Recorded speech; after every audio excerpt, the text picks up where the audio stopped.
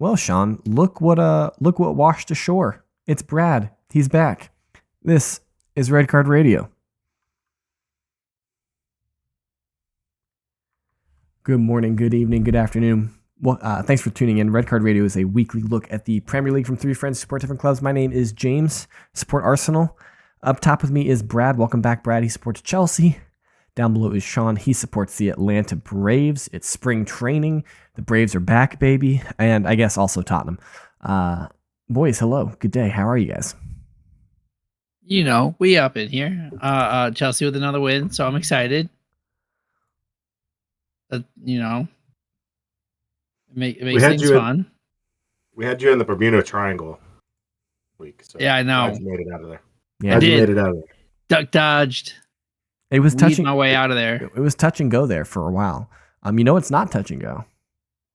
If you hit that subscribe button, ring the sub notification bell, drop a comment down below on this video, hit it with a like, hit the share button. If you're on one of the podcast sites, hit it with a follow, 5-star review, whatever you can do, whatever your platform so allows. Do those things for us. The share button really does help us out. And listening to the end really does help us defeat the algorithm. And so appreciate everybody who tunes in. If you are new here and you just YouTube recommended this to you, we appreciate that you clicked it. We appreciate that you're here. We hope that you stay. We hope that we entertain you in so far as we can. But what we've got for you guys tonight, we're back to our regularly scheduled programming here on Red Card Radio. That means 2 episodes this week. 1 today on Wednesday, 1 on Friday. So we'll break down everything that happened at the past weekend, round 28 in the Premier League, and then we will set our eyes forward to round 29 on Friday and maybe take a look at that EFL Cup final between Liverpool and Newcastle.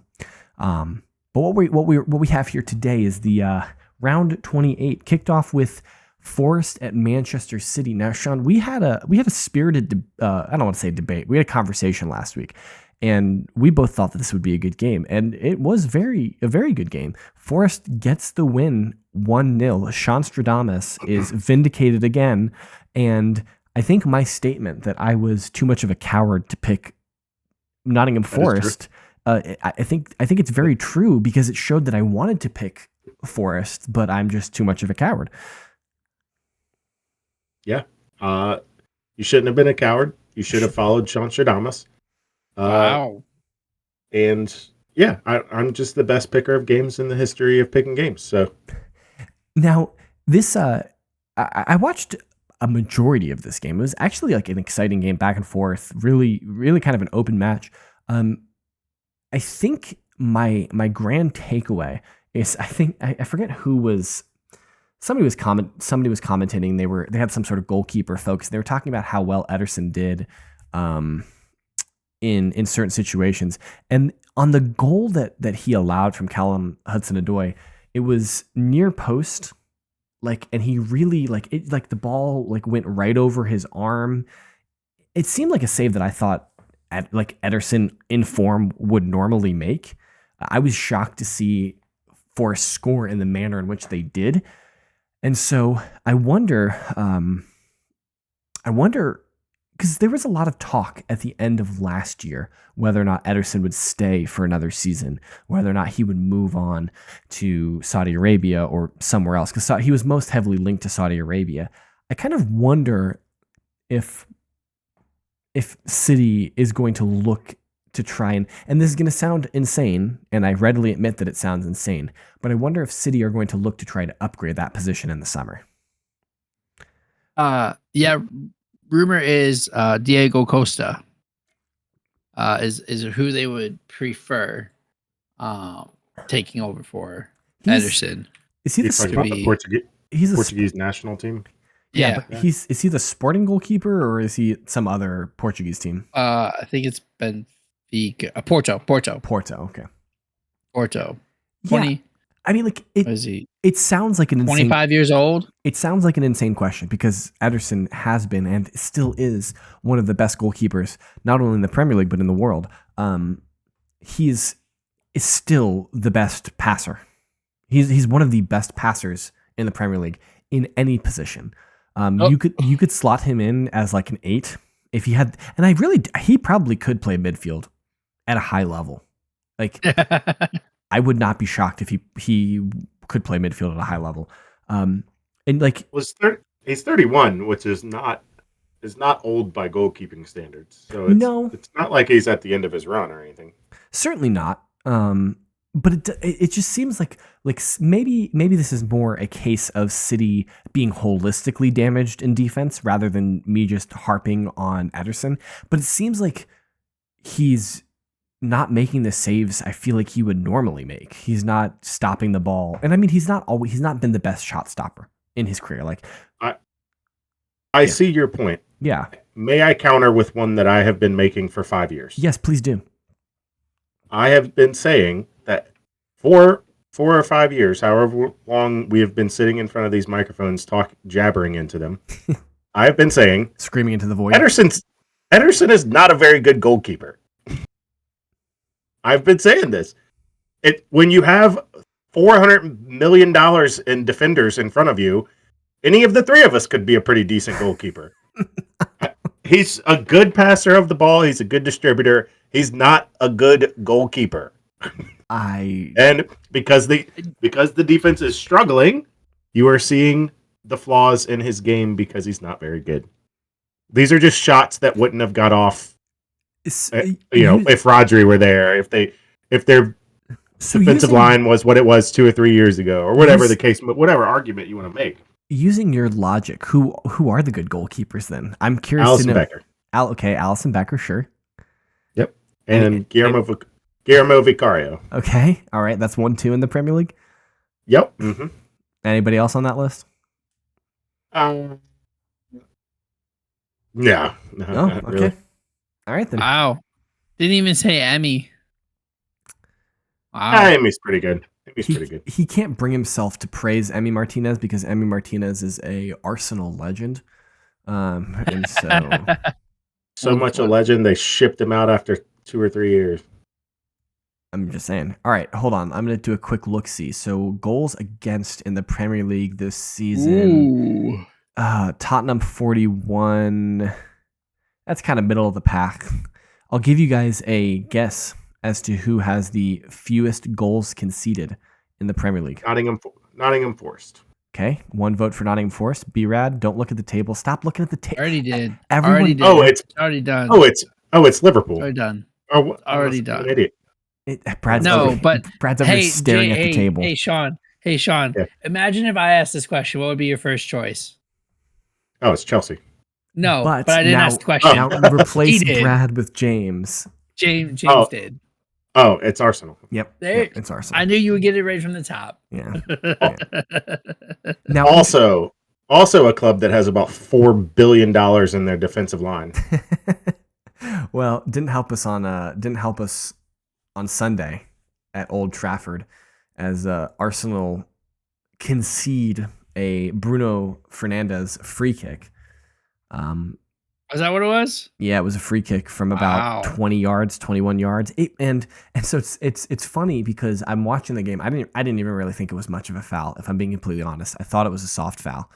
But they gave it and they're lining up the wall and it's a well taken free kick. Raya does really poorly.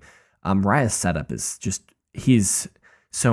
it's kind of justified slightly to the right, but it's pretty straight on. And he puts like 6 people in the wall, and Bruno just essentially goes up and over the wall. And so Raya's on the far, from his perspective, he's to the far right, and Bruno's shooting to his left. And he's so far to the right side of the goal that he's just like, if the wall doesn't save it, it's definitely going to be a goal. If it's on target and it's going over the wall, it's always going to go in because he's so far to the right-hand side of his goal. And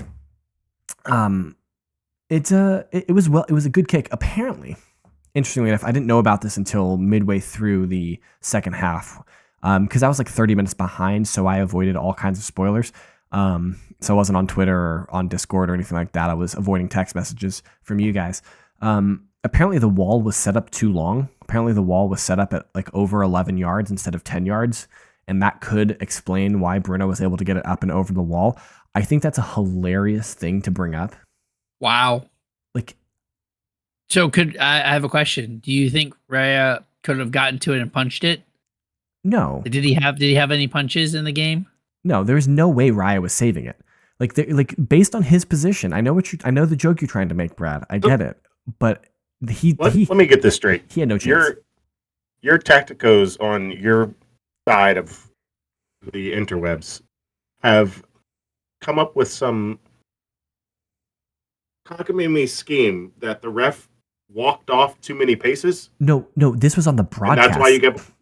They were doing it on the broadcast. The broadcasters were talking about it in the game in the second. So the half. ref took, because obviously he paints the little line and everybody toes it and tries to stick their toes over it and try to get closer. So he walked off too many yards. I'm assuming he didn't draw the line and your wall was a yard behind that. I'm assuming. No. The theory, the working theory is that he walked too far and then Bruno moved the ball back. So it was a combination of him setting the wall too far and Bruno moving the ball back to give himself more space. But it's such a hilarious thing that so the Arsenal fans obviously latched onto it, and it just makes me chuckle because it's like this Manchester United team sucks. They're just awful this year, and this is what we're choosing to complain about. Like like my whole take on this game, and Arsenal came back and drew the match. It ended 1-1, which on paper is not an awful result. Drawing away at Old Trafford's not terrible per se. Just this year it is. This year it's bad. They're bad. This year they're bad. They're just objectively bad this year. And so that's a bad. But also let me remind you of who our attacking players were. We have a 17-year-old. We have Leandro Trossard, who's a good player, very good player, could start for most Premier League teams, and a defensive midfielder. This is the attack that Arsenal have access to. We have to play a number 6 in attack because that's all we have. And he's still better than Kai Havertz. He's not. It's funny because I saw on Twitter today, people were talking. They're like, it's funny how all those chances that Kai Havertz misses, nobody's even creating. And so it's just kind of showing you that Havertz is quite useful and he's quite a useful player in the cog of our machine. And sure, is he prime Zlatan Ibrahimovic? No, of course not. But he still works his tail off. He's one of the hardest working players in football. And I think everyone agrees with that. He gets himself into relatively good positions, and his finishing isn't stellar. And that's what he gets judged by. And I readily admit that that's what Kai Havertz gets judged by. But there's so much more to his game than just finishing. Arsenal's season doesn't ride on his finishing, in my opinion. And so I don't know. I obviously would much rather have Kai Havertz healthy right now and playing and missing opportunities than Mikel Merino. Not that I don't like Mikel Merino. Dude, I think next week against Chelsea, and you'll hear me talk about this in the preview, we should just roll Calafiori out there. Let's get as many left backs on the pitch as possible, and see what we can do. Zinchenko, Tierney, Miles Lewis-Skelly, Timber, just get everybody out there. Just get everybody on the field and see what happens, Sounds like a great plan. I suggested this in the AZ Alkmaar game for Tottenham. Had you guys thought about just shooting the ball in the general direction of the goal? We did. Just shoot it. Wait. You guys have Martinelli back. Hold on. We can't be crying. You guys have Martinelli back. Yeah, that's right. Martinelli Trossard is a coin flip. True, that's a fair point, Brad. Arsenal. Okay, listeners of the podcast, Red Card Radio listeners, people of the internet. I'm sorry. I'm going to retract all of my statements and all of my complaints about Arsenal's attack being depleted because Martinelli's back. Martinelli's back, guys. Arsenal can't complain anymore. It's over. Okay, so the issues are gone. Saying, Martinelli's back. Nope, it's true. Martinelli's you no back. longer need to start a 6 as striker. Trossard could be your 9. Nope. Yeah, Martinelli's back, so all the issues are gone. Well, no, I was looking at the bench because I didn't watch this week, so I'm sorry. I'm catching up on things, and I see Martinelli was put in on the 58th minute.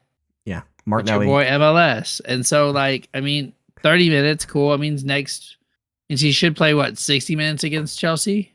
Yeah, I mean he'll probably Ish. get third. He'll probably start against PSV. He'll probably play 60 minutes against PSV at Then the probably 30 on- against and us then, just as a. and then he'll be depending on how he responds to that game. He could start. You could start Martinelli down the middle, or interestingly enough, Arteta has talked about Winieri as a 9, and so you put Martinelli on the right, Winieri as the false 9, and Trossard on the left. But I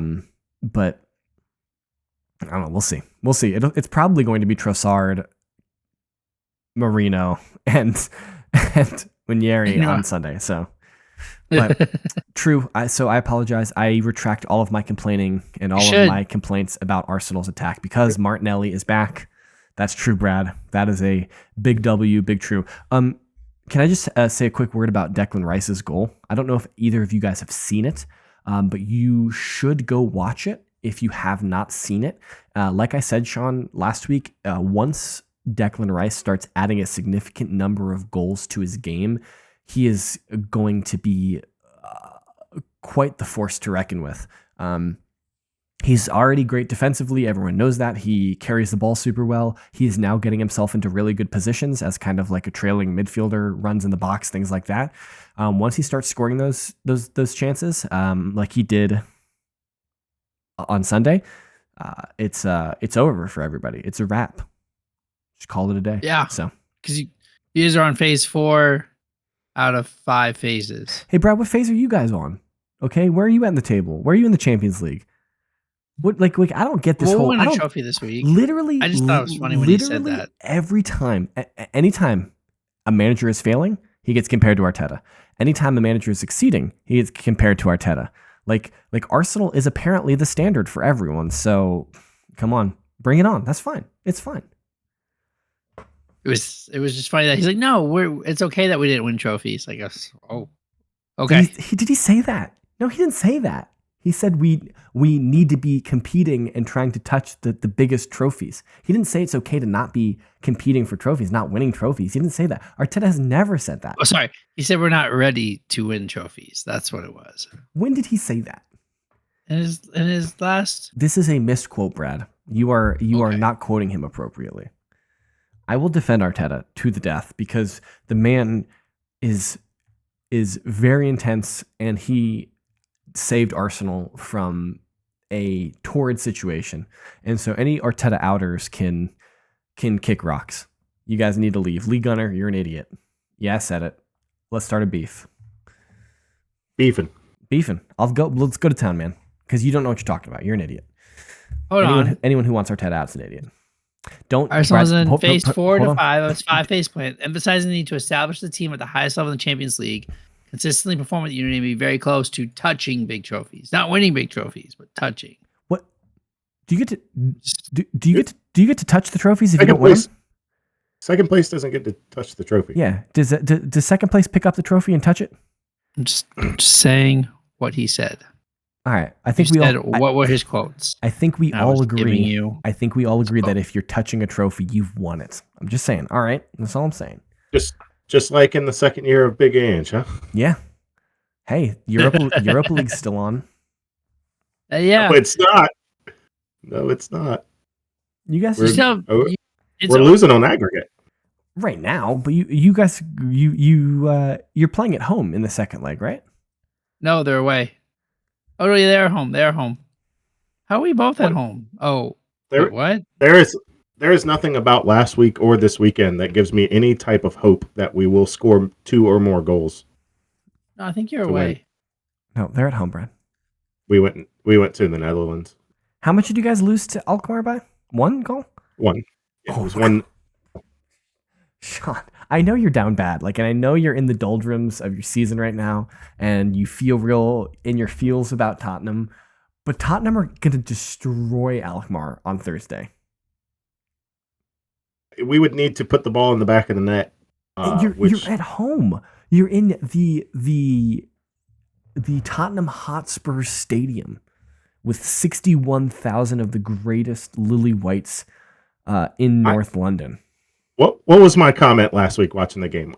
It looked like the game plan was to bore AZ to death because there was not a inkling of urge to kick the ball in the general direction of the goal. What happened with Dom Solanke? He got that knee to the back and he came off. Like, is he injured again?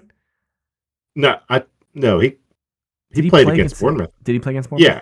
Okay. Yeah, he did. He was fine. Speaking of Bournemouth in the Premier League, 2-2. Is that a bad result? I think that's a good result for Tottenham. Just throwing it out there. Just on form, yeah. It's a good result on form. We really needed 3. Sure. Yeah. Probably.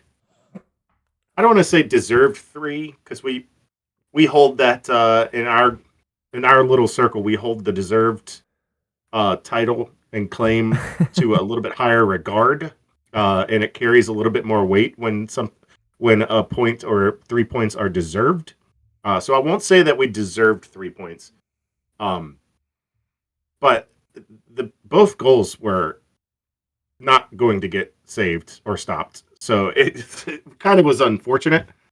I don't even know if they could replicate it, especially the first one, the Kirkes cross to sliding.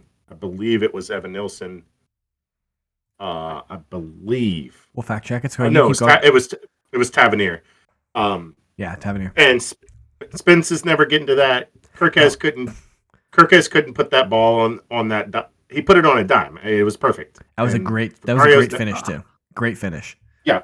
Vicario's never getting to that. Spence is not stopping it.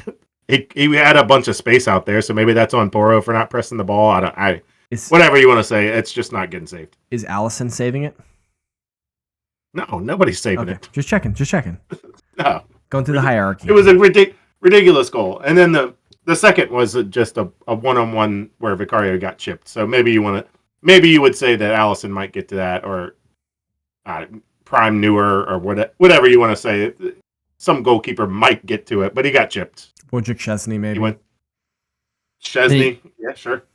Hey Sean, so I see Romero played. I see Van de Ven played. So you know what that means? Can't complain Romero anymore. did play. No more complaining. Romero played. Van de Ven got a few minutes. Yeah. Van de Ven got like 30 minutes. Romero played. Romero started. He got his 16 minutes. You know what that means? Danzo picked up a muscle injury. Did he really? Alistair Gold just posted it today, like a couple hours ago. You gotta be kidding me! I didn't even see that. I know. I waited. I didn't post it earlier because I was like, I'm gonna talk to him later. I'm just gonna sprinkle this in when he's like, "Oh yeah, I was happy with the result." I'm not sure you were happy. You're not sure you're happy with the result, right? But I think on paper you say it's not a bad result per se. Yeah, it does. And Romero was incredibly rusty for the first 15 to 20 minutes, which I kind of figured was going to happen. But I think it was in the 3rd or 4th minute he just lackadaisically passed it to Sarr, who got pressured, and they got a 1-on-1 off of that in the first 3 or 4 minutes. And luckily Vicario came up with a double save on that to keep the ball out. But it was pretty scary in the first few minutes of Romero's rust. It also keeps you even on points with Manchester United. Great. That's just great. If you just say that into a vacuum, you just make that claim in a vacuum. That's okay. Yeah, keep pace with United. Yeah, Tottenham keep pace with United. Yeah. Yeah, they stayed ahead of United on the table. And we just got done. Hold on. Speaking of Manchester United, do you guys know what their goal difference is? Obviously, Brad Dixie, he's looking at it right now. He's looking at the table right now. Sean, wager a guess what Manchester United's goal difference is right now. Judging by the incredibly happy look on your face, it's probably something like -15. It's -6. 6. Okay. Through 28 games, United have conceded 6 more goals than they have scored. Manchester United. Saving a quick thought for Manchester United. If you haven't watched the Gary Neville interview with Sir Jim Ratcliffe of Ineos talking about Manchester United, I would highly recommend it. I don't like Gary Neville personally. I think he is a bit of a windbag. But it's actually quite a good interview, and he Gary Neville, the consummate Manchester United stan, actually does take Ratcliffe he doesn't just lob him softballs. He does ask him some tough questions. It's actually a pretty good interview. So I have a question because I saw quotes from the interview. Sure, yeah, hit me. How do you go from the 300 million I put in would be done by Christmas if I didn't cut everybody's jobs and their lunches to sandwiches, to hey, we're spending $2 billion on a circus tent? So yes, those two things juxtaposed against each other seems out of place. Now, it's interesting the way that Ratcliffe kind of explained the austerity measures that United are taking in terms of like what they're having to do to stay solvent, essentially. And it seemed like, it seemed fairly cutthroat. And he's like, look, like we have a responsibility to everyone. Like, yes, we have a responsibility to our employees, but we also have a responsibility to the fans who pay their money. They buy shirts and things like that. Every time someone comes in and they pay us money, like we have to use that money appropriately. And not every job offers you a free lunch. And so, Manchester United aren't in a position right now to offer you a free lunch. Maybe we can get back to that point in the summer, in the future sometime. But like now is not that time. And it does seem like it's just like, okay, I'm sure that Jim Ratcliffe could personally fund the Manchester United canteen bill, or the Glazers could do it. And that's where Gary Neville pushes back on Ratcliffe. And he's like, but what about the Glazers? The Glazers over the last 20 years have taken $200 million out of the club, or 200 million pounds, I think is what he said. They've taken 200 million out of the club. And so why can't, and they've saddled the club with so much debt as well, which is kind of the bigger thing. The debt bill comes up to 35 million pounds a year.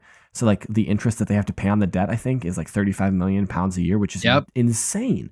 And so it's like, sure. And Neville presses Ratcliffe on that. And Ratcliffe kind of very masterfully walks around that.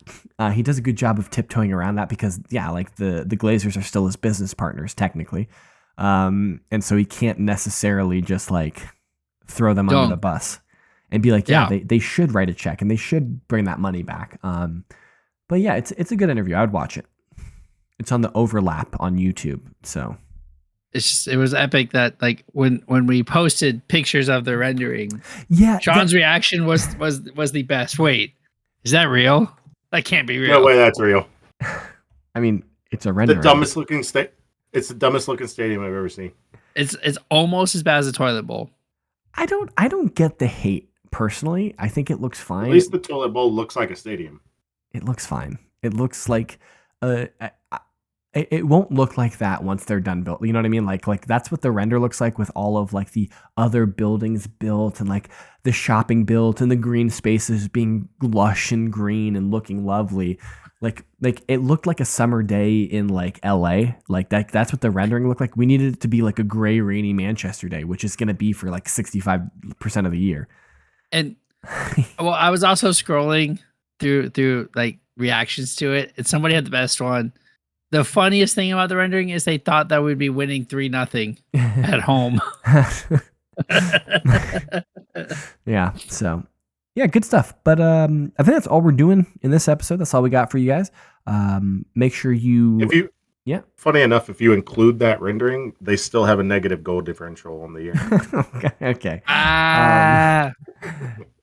Come back on Friday. We might continue to dunk on Manchester United. You'll have to come back and find out. Hit us up on social media. That guy up top is he's not at White Hunters. So it's funny, Brad. We've done this entire podcast and you've had the wrong Twitter handle in your window. So no, I am not White Hart. I am.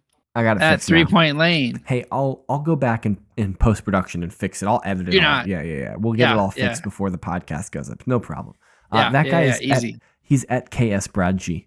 Down below is at Whiteheart_Sean. I am at James Tiffany. Collectively, we can be reached at Redcard_radio. Thank you so much for tuning in. We really appreciate everyone and have a great evening.